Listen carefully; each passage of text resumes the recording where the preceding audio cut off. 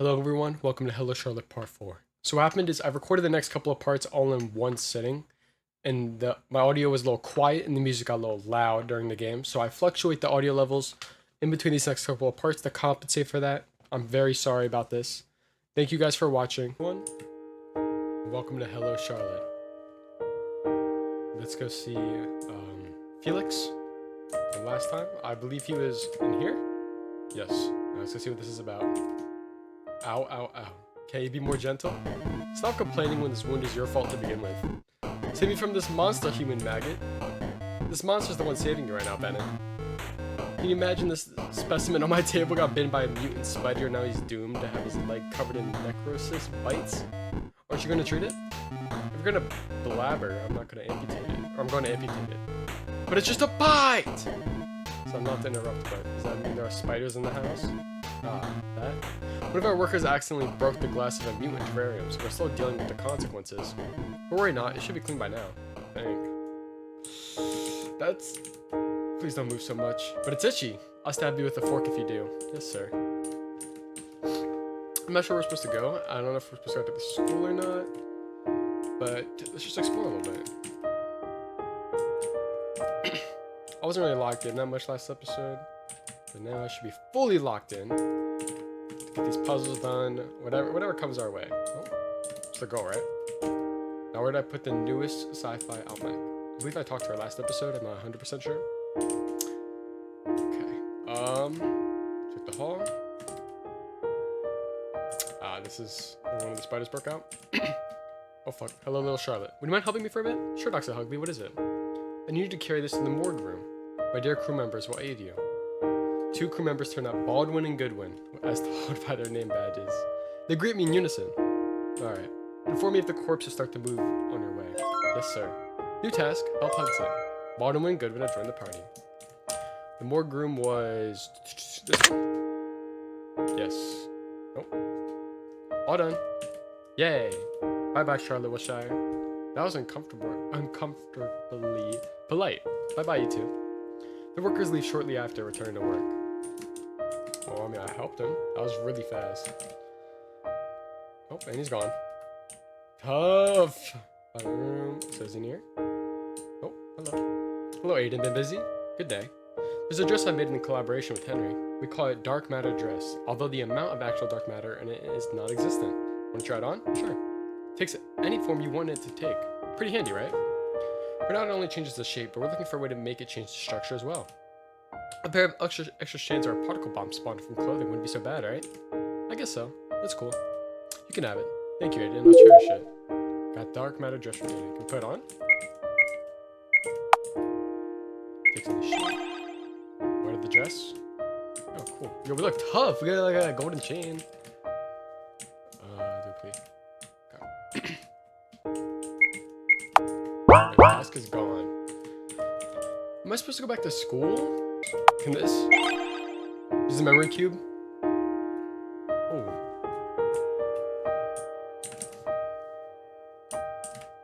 B-types are good looking and have good stamina. They're used in commercials in the movie industry and medical tests.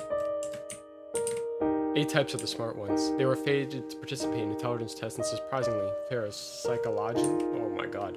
We had this Paul guy appearing on the TV all the time, predicting match results and making weather forecasts. He died of overworking. C-types are the living stock. They're used for mass-producing meat products and candles. Pieces of clothing sometimes, but it's banned in most areas thanks to some activists. Then there are E-types, who are used as pets. D-types are the workforce. They're sent to the most dangerous places like nuclear stations, mine shafts, and such. And this is the way out. Oh. The planet I was born on had two races living on it, humans and overmen. We looked the same, yet our roles in society were completely different. I was born as a designer baby in the laboratory of human resources. A B-type born to live on nutritional soap as a lab rat for testing commercials. All that for the sole purpose of a sticker saying, safe for skin, proved by leading dermatologists on a tiny cube of cream.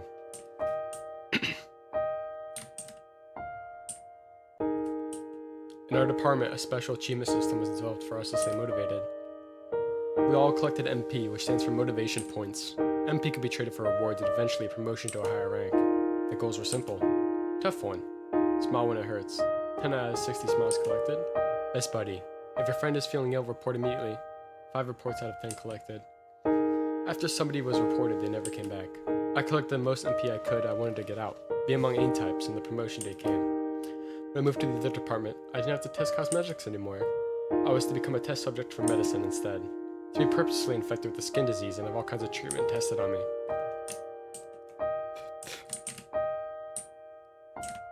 My hair fell out, it grew back. My bowels were filled with ulcers after I took an experiment drug they were restored. I vomited and vomited all food, turning sour in my mouth. I felt like insides would come out through my esophagus. Rinse and repeat, over and over and over and over and over and over and over and over. Jesus, man. One day I was accidentally infected with eye plague, an incurable illness that made eyes grow on both the skin and internal organs of the infected. Naturally, I was just scheduled for disposal. I spent a month in isolation, thinking it was the happiest time in my life. The disposal day came.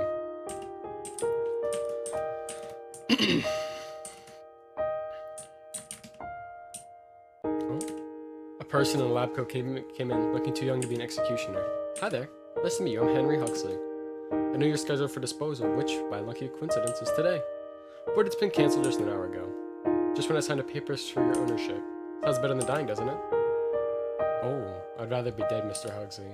Ha ha ha. Is that sarcasm I'm hearing? Oh yes, they must have stopped giving you intellect suppressants, for they're not cheap. It would be such a waste to give them to a defective specimen, am I right? You know, I'm researching eye plague. Yes, the incurable eye plague, which I'm going to cure. And you, my dear, are going to become the face of my success. You see, it's the first time a B-type got infected. You're too valuable of a material. And it's a fact that your specimen are most beautifully of all types. You're consistently used in commercials. So it wouldn't be an exaggeration if I said that you were chosen for a pretty face. And timing was also crucial. Just recently I realized that I have less than half a year to complete my thesis. And that's a little troubling. You madman. Yes, I am. Why not? We'll become the stars of the modern time. Science bless us. That meeting marked the beginning of our alliance, and people started dying in the name of science.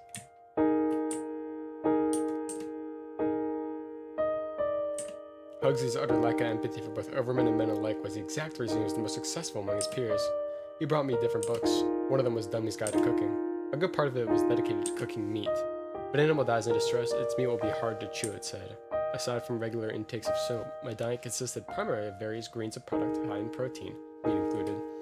One day I decided to ask, "What kind of meat is this?" I inquired of Huxley, who was vigorously waving his hands in the air. As I learned later, he was using a VR environment to work. "Of C-type of your kind, I believe," he answered. Not turning away from your work. The greatest delicacy of our time, truly a feast of gods. You like vomiting yet? He added, genuinely curious. No. I took another bite. The meat was incredibly tough. Damn. Huxley brought me books and taught me reading and writing. He regularly tested my physical capabilities, so I was kept in good physical form. He talked too much. Spent more time with him than he should have.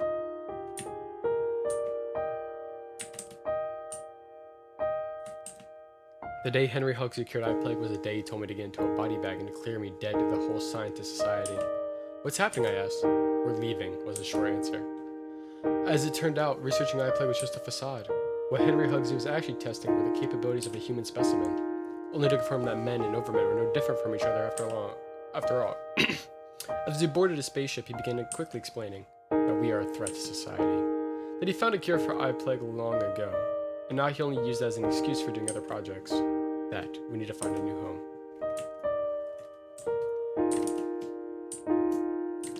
We printed all the money we needed on the day we arrived in the house, and that's how we ended up living there. Memory end. Transfer home? Yes. Wow. Oh? When I close my eyes, I feel someone's presence beside my bed. It's a man in pitch black three-piece smiling ever so eerily. Father? No, it can't be. Father wouldn't visit me on his own accord. Right, Umbrella Man? Unfortunately, it's just as you said. As with his appearance is still my favorite to this day. I'm more likely to have more influence over you if I look like this after all. But let's pretend I didn't say that, shall we? Haha, got it. What brings you here? I've seen you collapse at school. Figured I would pay a small visit. How are you feeling? I'm doing okay. You know, I learned new things today. The Pythias and men in the world were the ones who rejected the Oracle. I see. Well, it is true that initially, Pythias didn't have shared consciousness. Their land, Delphi, was rather prosperous back in the day. I say that their society is one of the very few that successfully adapted the ideas of communism. When the Oracle appeared, many thought it would make their world a complete utopia. You see, even a young Oracle is powerful enough to grant wishes, as long as it finds beings to form symbiosis with, of course. Most of the Pythias wish to be connected, to understand by each other. However, most does not mean all. The war between globalists and individualists was only the beginning. However, not even the globalists fully believed that their wish would be granted, so it became twisted. The tragedy is that their minds didn't become intertwined at once. No, the process was incredibly slow, crippling, excruciating. Imagine thoughts and feelings of other people around you creeping into your head, buzzing in until you can't tell which thoughts initially belong to you. Imagine your own mind exposed to others. You're feeling embarrassing every thought, every fleeting feeling. Doesn't it feel humiliating? Constant headache, loss of privacy without loss of ego. The god you worshipped was devil in disguise. That's when the second god hunt began, of which you had the luck to catch a glimpse. The process of becoming one indistinguishable mass with the Oracle went on until it consumed most of the population. However, they were still able to reduce their numbers to an astonishing degree. They almost succeeded in destroying the Oracle, although it didn't mean them any harm. It's just how Oracle is, you see. It's the failed expectations that made people violent. First, they welcomed it in their hearts, expecting to use it to make their world a utopia. But as soon as it disappointed them, they got rid of it. Personally, I found it extremely selfish. I see. It's sad that it ended like this. It always does end that way, especially among races that have a concept of free will just like you do. Those of your kind are in constant need of something to worship, be it science, money, or powerful beings. Honestly, it's better to worship something that doesn't exist, because fantasies never disappoint. Sorry, I hope I didn't use words that are too difficult to understand, although you're almost already a grown-up. Well then, sleep well. Bye-bye, Umbrella Man. I close my eyes. Good night, Seth. Well, here we go again. We're playing the piano in 4 hands. Wonderful, you're getting better. Say, Frey. I was thinking the story you told me the other day. Why did the paper princess let herself be soaked in ink? Isn't it toxic? Well, yes, ink is poisonous. And why? Because of love, of course. That's the only reason? It's the sole reason, in fact. It seems there's a fundamental lacking in your understanding of love, Miss Wilshire. You see, the final and the sole goal of love is the loss of individuality, the ultimate death of ego. To love is to sacrifice your ego in order for two to become one, to mold your thoughts, beliefs, hobbies, and character traits into one. That is why Paper Princess became the city's Ink Princess. They became one of a kind. Unless you're willing to give up your ego for somebody else's sake, you can't claim that you've known love. You know. I find the concept of loss of individuality rather fascinating. For it requires the greatest sacrifice of all for an individual. Oh my. Looks like about time you wake up.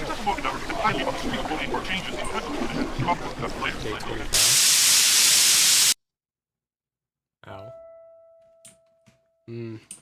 Morning, Seth. Let's get up, go to school, and go back to sleep. Go back. Okay. Is that girl gonna beat my ass again? Third floor? Wrong place? What? Oh, is it on first floor? Okay. It's on second floor then. I was at the right floor. Oops. Missing both the god and the girl. Henri is absent today. I wonder if something happened. Today's a... Oh, fuck! I don't know. Lesson. I like drawing. You're allowed to draw flowers, landscape, political leaders. You're not allowed to draw what you want. Are we clear? The class nods. What should I draw, I wonder? Flowers. I draw poppies. That's tough. The class passes. It's lunchtime. Why don't we eat on the rooftop today? Maybe we could check on the Mad Cats.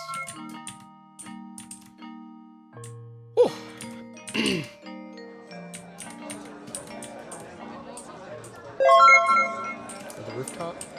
Would the rooftop perhaps be... Oh? Hello? See! The boy turns around only to reveal a face covered in band-aids. No way. Have you gotten beat up again? As you can see. Well, I did refuse to take out trash during cleaning duties. It's unfair. Why do they pick on you? Well, they must be disappointed in me. That's why they're upset, furious, because I am a misophobic god stuck in a human body. How can they worship me if I'm powerless just like them? Still, remember I won't be in this vessel forever. In fact, I'm looking for a way to get rid of it. It's almost impossible in the house, let alone school grounds. I think I finally found a way to go back. Who knows, perhaps I'll return to my domain faster than one could imagine. So you're leaving soon. Everyone does leave, eventually. And how do you feel like joining me for lunch? Sure. We sit on one of the benches. I tell C about the oracle inside me, about the puppeteers, the observers, Pythias, and executioners. I tell him everything I know. He doesn't really kill me. In turn, C reminisces about his past experience in other worlds he's been to. You know, I remember something today. A memory of another human vessel I used to have. It was in a land where half of mankind ascended and were blessed with a gift. The gift left their planet and built a city in the skies. It was given the name of Aether. It was made pure white, and those who lived there all had white hair. My gift was to cause cells apoptosis, so everything I touched directly withered the very next moment. That was how my mother died. Right after giving birth, she cradled me in her arms. That was a fatal mistake. Those with gifts as dangerous as that were kept in isolation from civilians, myself included. Oops. Something. I was afraid to touch living beings. C closes his eyes as he's trying to remember something else. Sadly, as far as my current memory goes, I cannot remember further details. It must have been lonely. Loneliness is a human emotion. To a god, it's a virtue to experience it. I see. Well then, I plan on continuing my research. See you later then. Very interesting. We should go feed the mad cats. I bet they're waiting. Things are going too well. Things are going too well. I'm not gonna lie. I know, like, some bad things happening, sure, but like, that's inevitable. I think something bad's gonna happen to Charlotte soon.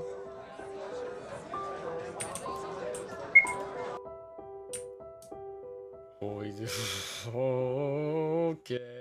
Jesus, get the fuck out of me again. Holy fuck. Why is everything so dark? I can see wilted flowers. Yo.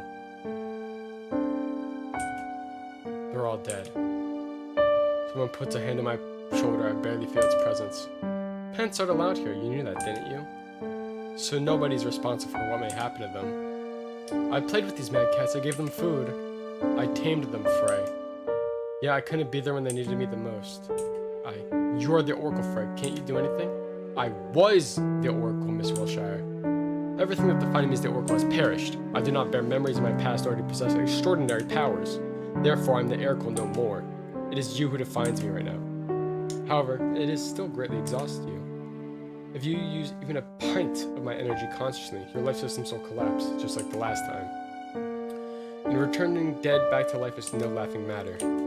As long as you reject me, we'll eventually drain each other and perish. When we merge, however, we shall obtain great power. The question is, are you willing to give up your ego for the sake of someone or die an individual? Think about it. Ray wakes up to the heap of small bodies and crouches beside them, or walks. Poor little things. Let's give them a proper burial, shall we? Go to class. I fucking knew it though, like I must be like a psychic. I could feel that shit coming from a mile away.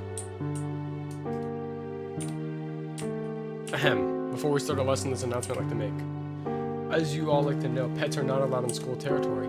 Yet, it seems like some of you have been feeding them against the rules. Just to make it clear, the cats in the garden died because of food poisoning. You see, junk food is incredibly toxic to animals. And the girl wanted to feed them. The Frey, or not Frey, whatever the fuck. That one bitch wanted to feed them. And she's been acting really weird too. Especially one containing xylitol, which is mostly common used in snacks preparation by Charlie's Junk Foods. Whether you did this as a prank or not, it's incredibly cool to kill an animal like that. So whoever did it, make sure you dispose of the corpses in the garden. The guards aren't your janitors, so I want you to take the responsibility yourselves. No way. It can't be. It can't be. It can't be. The death was all my fault? No. It's because they were hungry. It's because Henri told me to. It was Henri. It's because Seth decided to feed them. Because I was made to do this. Wilshire, are you okay? I knew it. Wilshire killed those cats. No, it's... Cat killer. I just wanted to help. Cat killer. I'm sorry. Charlotte Wilshire is a murderer. I kept throwing up, making me unable to catch my breath. I choked on my own words. It's all my fault. I wake up in tears and snot. C's face overwhelms me. How are you feeling? Not so well. I've been better, I have to admit. Why are you here? You don't remember? I carried you here. Oh, I've caused you trouble? Even though I know how much he hates dirty things, it's okay. Because I thought you became targeted because of me. But don't worry, I found a way out. Let's go. Where to? What's happening? I found a way out of the house. Trust me, I'll be okay. There'll be no guards in the classmates, no routine in the outside world. No one will raise a hand against you either.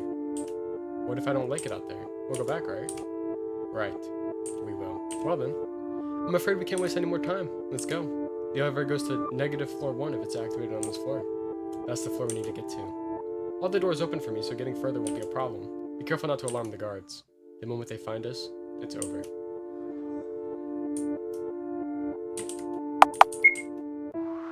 So this is the room, huh? This place looks deserted. Are you sure it's okay to wander around here? Don't worry about it. Let's look if we can find a shelter here. Welcome. Oh, customer, you seem troubled, I can tell. How about I sell you women's rights with a 10% discount? We'll get gender identity rights as a free extra. Or do you prefer freedom of speech? If you give up your rights to life, you can get as many other ones from the points you earn. Let's leave.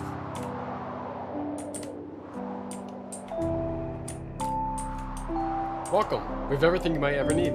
Let's see. Anti-procrastination socks, anxiety-easing protein milkshake shake. How about a panic attack prevention band-aid? It's nifty, right? What do you think? How about I give you a membership card as an extra? Sorry, we don't have any money. Why'd you even enter the shop? Dumb teenagers. I don't get paid for wasting time when you get lost. Great. This is a little rough. Something wrong? Well, it says religion on the entrance. No matter how I look at it, it's just a department store. Oh, silly customer. Did you really think there was supposed to be something else? The religion of modern age is capitalism, and banks are its churches. Anyhow, do you need anything you don't need? I don't have any cash. Sorry. Not a problem. The money altar's over there. The what? The altar. ATM? Well, tell me if I've heard of it. Ah, now I see. So you don't really need anything. Thank you for your service. Come again. I'll be praying for you at a local bank. Is it a pharmacy? No, you got it all wrong. Welcome to the Shop of Knowledge. Did you know knowledge is produced to be sold? It doesn't matter if it's true or not. Nobody cares about that anymore. Everyone's starving, hungry for information. New, old, hidden, forgotten, secondhand knowledge. I've got it all in these pills. But you're a minor, so I can't sell you any. How about distilled knowledge? Orange-flavored chewable tablets instead? I think we'll pass. Thank you for your time. Oh. Go back. Eliza's head is a maze. Suddenly, I feel weak in my knees. The next moment, I lose my balance in a coughing fit. She crouches beside me. Are you okay? No, I just remembered something. This may just remind me of it. I see. It must be a painful memory. Can you stand? Sure. Remind me. Okay. Art gotcha. One-time use cards inside play. Let's go see this art. Please don't hit under my stomach.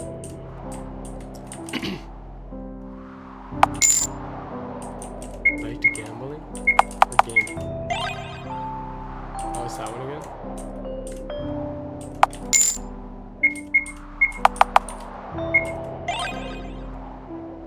Young gods.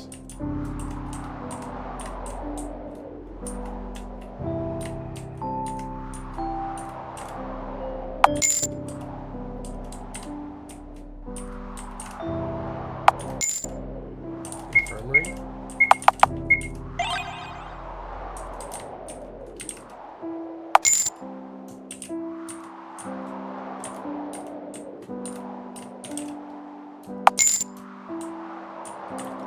Again. Don't hinder.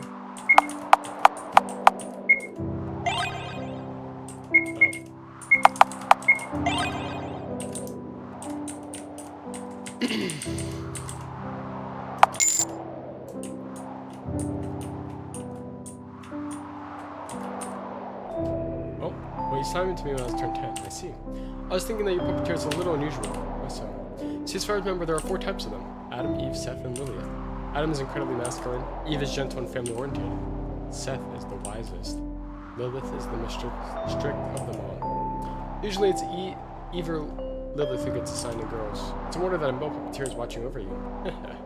It's the special many ways, I guess. I'm not gonna be able to get that one. I do see the exit though. Night gaming. Midnight train? Oh, that's new. Oh, it's not. Oh, it is. Landfill and young gods. Where is landfill? Felix!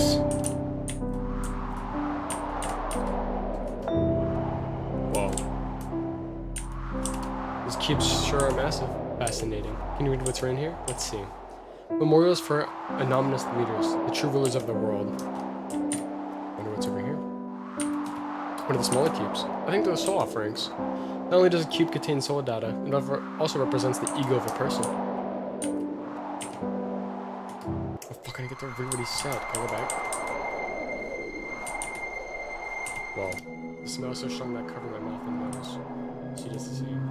I wonder if these people were all failures and the victims of the trial most likely. But the trials don't kill people. In a way they don't. What do you mean? Haven't you heard? If a cube gets formatted, it will be empty. Will be left as an empty shell devoid of personality, a hollow human. You become no more than your puppeteer's mute self-insert. You'll keep doing quests, opening boxes, and running around until you eventually collapse. And you'll be buried here. This garbage in society. All the unwanted, all the unneeded, all the excessive, all the amount to nothing are buried here in the force of the defective. Tree looks cool. Will we end up here too? People are hanging on tree benches. It's a suicide spot.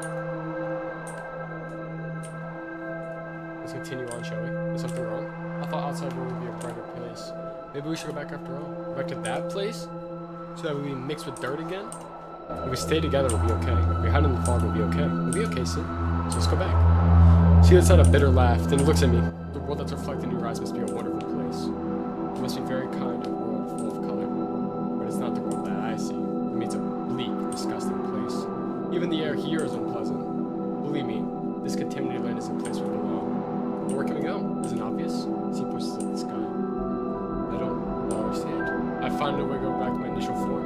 See if we can send something. It's a pack of pills. I'll take these from the infirmary.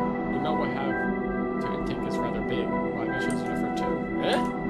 You still don't get it. I'm sorry, this was my bad choice of words. Help us says hi. She stumbles on his words and become a bit shapely, but a smile is still present. I want to take you with me. It's my heavenly domain. We'll get rid of our heavy bodies and rise above all earth dwellers. We will be the ones to purify this world. Will you accept Charlotte Wilshire? I want it to be your decision, not somebody else's. I don't want to hurt C. But when it going with him, you know, I'll leave everything behind. I'll leave it to you, Seth. If it's you, you'll surely know what to do.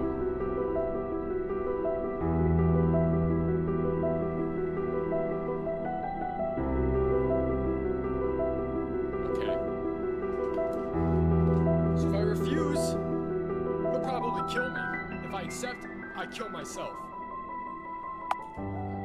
Man, I'm gonna accept. My decision is the right one, Seth. I take C's hand. I accept. Really, you do? I do.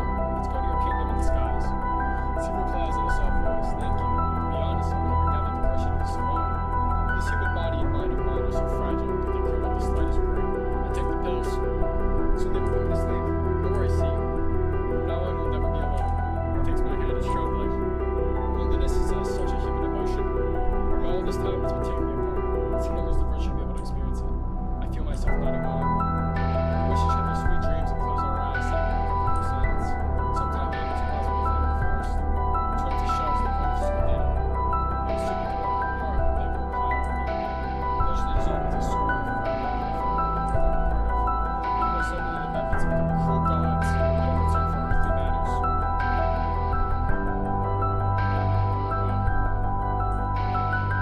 We would laugh over our miserable human lives, realizing how little they meant or scope the whole universe and how endless timelines is a happy ending. Happy end, ignorant bliss. What, is that the end of chapter 2? No, that is not the end of episode 2. In the next part, I will go through and try different options to get different endings, as you guys will see. This ending, from my understanding, is after playing through the whole game. This may be spoilers, so just a warning.